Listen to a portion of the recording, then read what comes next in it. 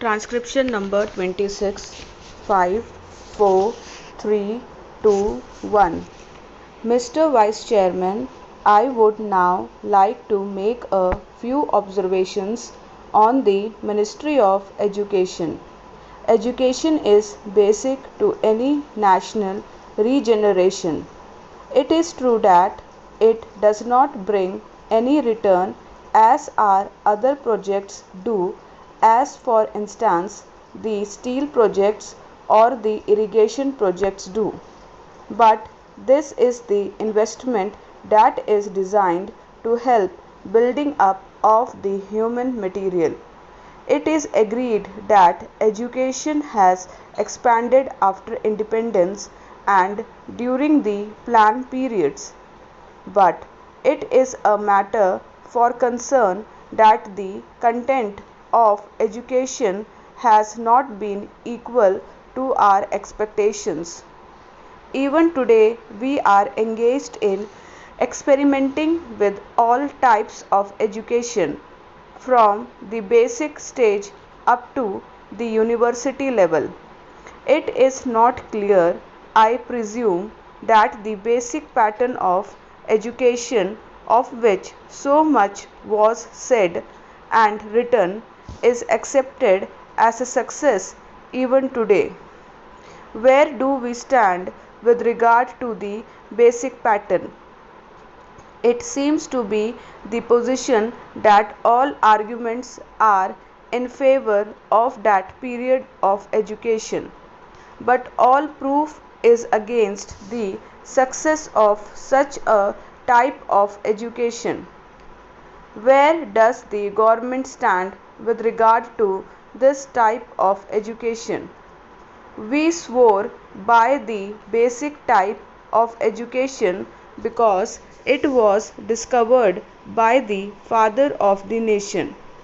But if it has been a failure, why should not the government say that that is the position? Then again, take secondary education and also collegiate education. 3 years ago, it was said that all universities should have 3-year degree courses, and some universities which were reluctant to accept this reform were more or less compelled to do so, and they accepted it. Now, certain universities find that this scheme is not working satisfactorily, and they feel that they should have a 2-year course in the college before students could enter the degree course. I mention this to show that this eternal tinkering with education should stop, and it should not go on like this. This uncertainty is not only with regard to the main objective of education, the main structure of education from the primary to the collegiate level, but also with regard to the courses of studies, and also with regard to the language or medium of instruction. Mr. Chairman, up to the secondary stage, it has been accepted that the medium of instruction should be the regional language. The National Integration Council, however, stated that if universities are to exchange professors, if they have to develop freely, then there should be the common medium of instruction, namely English and Hindi.